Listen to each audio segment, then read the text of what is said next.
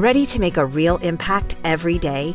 Join the Active Day Home Care team and help clients maintain their independence in the comfort of their own homes. Make a difference in someone's life as you provide essential daily assistance and protect their health and happiness. Earn up to $20 an hour and enjoy additional perks like optional daily pay, 401k, paid time off, ongoing educational training, and more. Join a team that values care, compassion, and your professional growth. Visit activeday.com to apply.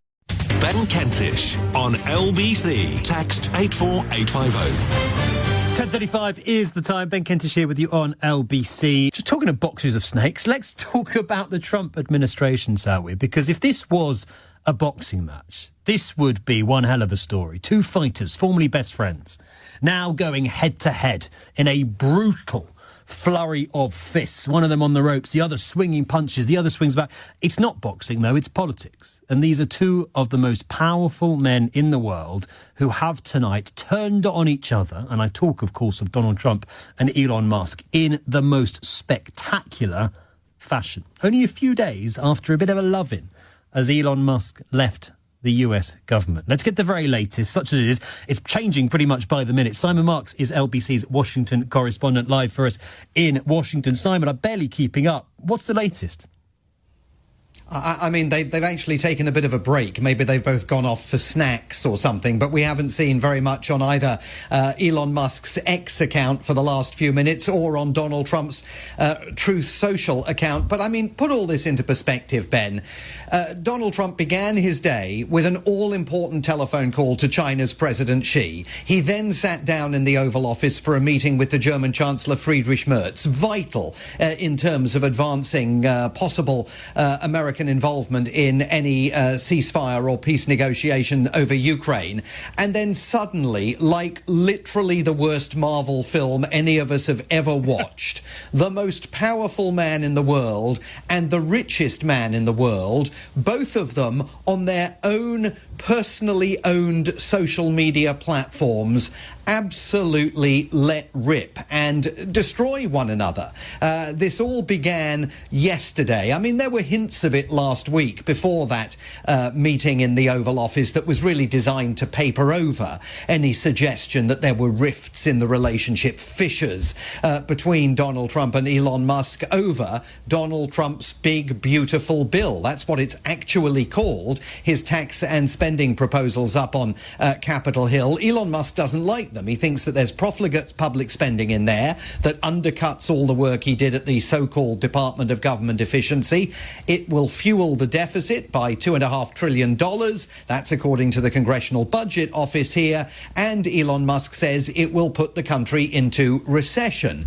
But from that critique of a piece of legislation, we now find ourselves in the middle of a bloodbath between these two pivotal figures in the United States that raises huge political questions about the future of the Trump administration. Elon Musk calling for President Donald Trump, sort of endorsing a call for President Donald Trump to be impeached and to be replaced by Vice President J.D. Vance, accusing Donald Trump of such ingratitude because the President of the United States pushed back earlier today on the notion that Elon Musk had assisted him win the keys to the Oval Office back in last year's presidential election. And then, of course, Elon Musk saying that Donald Trump had made false claims about his reading, Mr. Musk's reading of the big, beautiful bill. Donald Trump saying that Elon Musk is only opposed to it because it overturns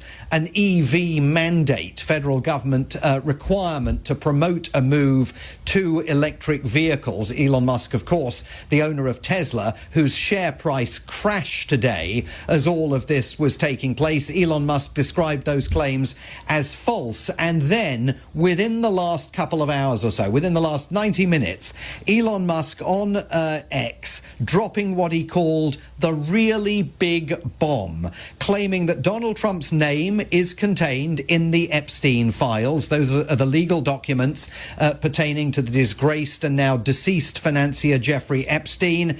That is the real reason they have not been made public, said Mr. Musk. No reaction to that yet from the White House or from President Trump himself. But that's a very incendiary claim for Elon Musk to be making, given the level of public interest here anyway in the Epstein files. There have been delays in releasing many of the documents that Donald Trump himself promised would be released. And it really is, I think, Ben, the shattering of a relationship that only a matter of weeks ago saw Elon Musk acting here as Donald Trump's de facto prime minister, which raises huge questions, again, fresh questions about Donald Trump's judgment in terms of the people that he appoints to senior positions in his own government. And these are two men, of course, Simon, because of the power they wield, because of the influence they hold, because of the months and months that they spent working incredibly closely together, have the capacity and the capability, if not to destroy each other, then certainly to have a pretty good go at it. Yeah, I think that's absolutely right. I mean, it's very hard to see an off-ramp here for Elon Musk at this point, not least because the velocity with which he has posted messages on social media over the last 48 hours. I mean, you wonder when he ever sleeps. If he does, and let's not forget that there was extremely erratic behaviour on display by Elon Musk publicly last Friday when he was in the Oval Office with Donald Trump, sporting that black eye that he I think, unconvincingly blamed on horseplay with his young son, X. So this welter of tweets has raised fresh questions about what kind of state he's in when he's putting out some of these messages. But he's now burnt his bridges to the White House. He's even posited through a poll that he's running on X the possibility that he might go ahead and fund a centrist political party in the United States to peel support away from the Republicans and the Democrats. So what he's doing is threatening to be a persistent thorn in the side of Donald Trump and his Make America Great Again movement. There are former Trump associates, Steve Bannon, the president's former political advisor, still a strong supporter of Donald Trump, saying tonight that they believe that President Trump should immediately scrap all federal contracts with all of Elon Musk's businesses. That would really hit his SpaceX rocket business substantially. It would also hit NASA because they're relying on SpaceX rockets to get Americans back to the moon.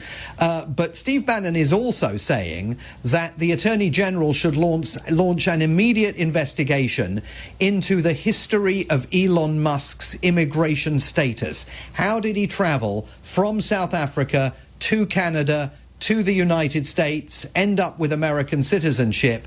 And Steve Bannon is arguing that he believes that Elon Musk has been, at least for part of his time in the United States, present illegally in America. This is the same Steve Bannon who late last year said he was going to go to the mat to stop President Trump from ever allowing Elon Musk in the West Wing. So there's bad blood between those two for a long while now. But Steve Bannon's looking at this situation today and saying, you know what, Mr. President, I told you not to trust this guy. Incredible stuff. It might well continue. Simon, I hope you stay with us if it does. Thank you very much indeed for now. Simon Marks, LBT's Washington correspondent.